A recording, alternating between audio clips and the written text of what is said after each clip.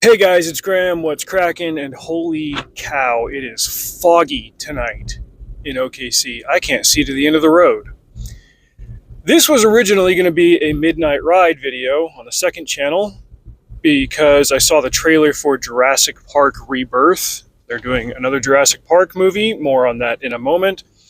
But as I was thinking about what I wanted to say, I realized this is more about writing and books than it is about the movie. And after watching the trailer, I do want to see the movie.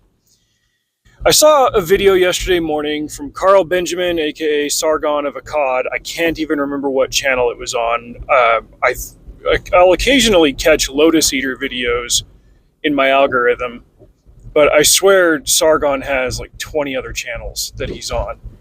But this was a commentary on why we keep getting rehashed movies in culture. And I thought, okay, I've got my own ideas on this. I wonder what he's got to say. Turns out it wasn't really anything substantial. Carl is like Disparu and Little Platoon and Drinker and Az and basically all those other British guys that don't really like anything modern. And I'm not taking away all of their reasons for disliking it, but just automatically assuming that it's going to suck is a problem.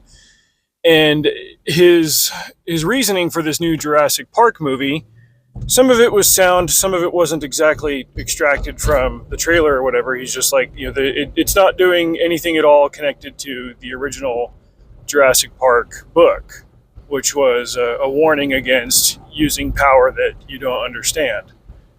And it's like, okay, now I remember the foreword to Jurassic Park where genetic power was compared to the splitting of the atom in terms of, hey, we've got this thing that we don't really understand, but we're rushing to use it without really pondering on what the ramifications are going to be.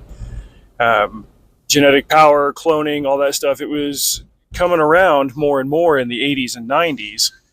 And you had to answer some moral questions, but the scientists weren't really interested in doing that. They were doing what Ian Malcolm says in the book and in the first movie. It's like you're rushing to throw a packaging on it and branding and slogan and sell it and make money off of it. But what's going to come of that? Largely, the sequel movies, to a lesser extent the sequel novel, was a continuing exploration of that theme. What are the unforeseen consequences of this power, and how is it going to push through the controls that we are trying to put on it? This is a very 20th century question to ask. The entire decades-long run of the Cold War was a direct consequence of the atomic age coming into being with Oppenheimer and his team. Once the Soviets got the bomb, we constantly lived under the threat of massive destruction all around the world, whether it was dropped from an airplane or through an ICBM or whatever. Like, for the first time in history, the entire world was on a hair trigger's risk of going up in smoke.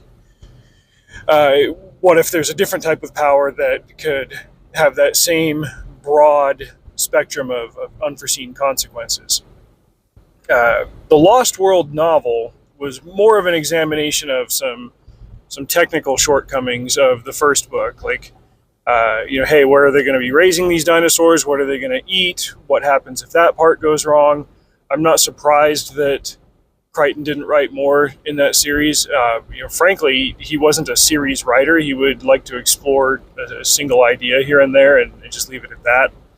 So, there's a couple of reasons why he didn't write more and more, but that's the thing with Hollywood. And while we do look at the cinematic universe phenomenon as something that's popped up in the last 10 to 15 years, really the last 15 years at this point, the whole idea of franchises getting more and more installments has been around for a while. There's some value in brand recognition, but there can also be long-lasting damage. Carl was talking about this with the whole, like, well, the Jurassic Park sequels have had nothing to do with Michael Crichton's original vision with the original books. Like, yeah, sure. Especially the last two movies. I got through maybe 20 minutes of Dominion and couldn't watch the rest of it. It was very much a product of the late 2010s, early 2020s, where it's just like, hey, let's put some throwbacks in here. The movie will be comprised of individual scenes that will work well as clips on YouTube. It'll get social media traction, but the story doesn't really matter or come together in the end. There's going to be plot holes you can drive a truck through, and that'll be that. Which, yeah, based on all the reviews that I saw about it, that was pretty much what the analysis of it was. Like, it was just a mess. I kind of came to that realization when I walked out of the theater from Fallen Kingdom in 2018, just thinking, like, what was the overall point of that? And there are some major story problems with this. They introduce individual elements that make for cool scenes, but it doesn't mean anything when you put it all together. This was not a creative product. This was just a product. This was a studio saying, like, let's milk a few dollars out of this brand, and everything will be fine. And it wasn't. The studios have largely realized that. I think we're getting to a point where there is going to be some form of course correction. When you're writing installments in a long-running franchise like this, it can be a bit like a round-robin novel. You put 10 people in a circle. You start with the first guy, you hand him an empty page, and you say, write 1,000 words. It's the start of a story. Here's the genre, here's the setting, here's the character. He writes his 1,000 words, he hands it off to the next guy. You've got to trust the integrity of the next guy to continue on, not just with the character and the setting, but also with the themes and the tone and all that stuff. Eventually, you're going to get one or two or maybe multiple idiot writers in that circle that then want to take this story and say, okay, well, this is Jurassic Park. Space aliens come down and they use the dinosaur blood to build a time machine that goes back into 2016 and makes Hillary Clinton president. And you're like, well, wait, what the hell? You can't do that. No, I can do that. I have the backing of the studio to do that. I can write whatever bad stuff I want into this installment. People will buy it because it's Jurassic Park, time machine. That's what Fallen Kingdom and Dominion largely were. Now that we're getting another Jurassic Park movie, it's called Jurassic Park Rebirth. When I heard that was A, the title, and B, like, that we were just getting another one, I had zero interest based on Dominion, but after seeing the trailer, I have a feeling that they're at least in some way, like, trying to get back to the exploration of the dangers of genetic power. Because it's a movie, they're also going to give us adventure and spectacle. I've got kids that are at that age where they just freaking love dinosaur stuff. We've watched the original JP trilogy, and then we've watched the first Jurassic World movie. They're not hypercritical, and I don't teach them, like, okay, this is why this movie's good or bad or whatever. But when we watched Jurassic Park 3, it was the first time that I'd seen it in a long time, and I thought, this isn't bad. The only thing that it really suffers from is being a Jurassic Park movie. If you take that branding off of it, this is a good dinosaur adventure movie. The Jurassic Park branding adds an expectation of a strong scientific or philosophical concept because that's what Michael Crichton put into his work, and that isn't present. But it is a nice throwback adventure of people trying to survive on an island with dinosaurs, and they face a variety of connected and escalating problems until they survive and get off the island. It's a great classical throwback. It just needed maybe something a little bit more cerebral to sink your teeth into. But all anybody ever wants to talk about with Jurassic Park 3 is Alan Grant having a brief nightmare of a raptor calling his name. Like, okay, it was campy and a little bit schmaltzy in parts here and there, but that's an enjoyable movie. Is it as smart as Jurassic Park? No. But it wasn't somebody being outright disrespectful to it or trying to hijack it, or also just telling an absolute crap story with pieces glued together from a scrapbook. Overall, with this Jurassic Park Rebirth, it looks like the trailer is them kind of trying to do a hard reset to the tone of, let's get to an island, there are dinosaurs, there's adventure, there's some rappelling, there's some action, we're going to have some mercs with guns. There's a purpose for them being there. They need to get blood from the dinosaurs. Some of the dinosaur hybrids are going on. This is looks like we've got a bit of a decay thing happening with the DNA of the dinosaurs. They're kind of crossbreeding, as it were. That's all a strong appendage of the concept of genetic power gone awry. If every single installment in this film franchise is going to be a rehash of the exact first one, where it's like, oh no, the dinosaurs could do things that we didn't think that they could do, and we're trapped on this island and we've got to get off. If it was as bland and as repetitive as that, yeah, I could understand. We we don't really enjoy these movies just because it's the same recycled crap over and over again. If it's too far afield, like Fallen Kingdom and the parts that I saw of Dominion where it's just like, wouldn't it be cool if, and then we have a scene and then it doesn't make any sense in the larger context of it, you've got a story problem. But if they're going to kind of hit the reset button, and I didn't see anybody in this trailer who was from the first 6 movies.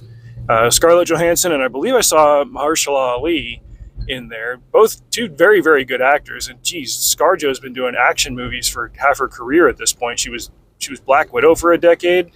She was in 8-Legged Freaks when she was 18. She was in Lucy. Like she's got action chops. Geez, she was in Cyborg movie. Why can't I remember what that one was called? Ghost in the Shell. I knew my brain wanted to say Ghost Protocol, but I knew that wasn't it. The point is, like, she's an action star. She's a good actress. I pretty much liked everything that I've seen her in. Granted, I haven't seen all of her stuff. She's probably got a couple of turd movies on her list there. But if they're trying to go back to the stock adventure formula, coupled with, hang on, this power was unleashed and we're facing the ramifications of it being used recklessly at its genesis point 30 years ago, okay, cool. We've got a great point of exploration for something meaningful to the story and something spectacular to see on screen. I want movies to be fun the way they were. We talk a lot about how 20 and 30 years ago, you could go to the movies on any given weekend and see something and really enjoy it. Looking back at the summer of 2005, we got Revenge of the Sith and Batman Begins in the same year. That was the year that I flew home from Spain. They played 4 movies. They played The Fantastic Four, Bewitched, The Longest Yard, I want to say, and I can't remember. Like some of them were bad. Herbie Fully Loaded. Yeah, so you got some duds back then, but you also had some great ones back then. It feels like lately it's been more duds than not. But the thing about the financial side of the film industry is they've got to make movies that make money, and they've got to go back to what was good and working. Brand recognition is going to play a role in that, but it's not just hammering the brand like they did with Jurassic Park Fallen Kingdom or World Fallen Kingdom, World Dominion, whatever. That's all that they were doing. They were hitting the brand with a hammer and expecting sparks to fly. They ran out of brand. They needed to kind of turn it over and hit a different side of the brand. And we're going back to Jurassic Park, Rebirth. We're not doing the member berries thing. That was a decade-long blight on our culture. It's all done now. We can just try to keep it fresh and hopefully find that good middle ground between, hey, here, you remember this? Remember this? You know what this is? Remember how you liked it as a kid? What if we made it good again?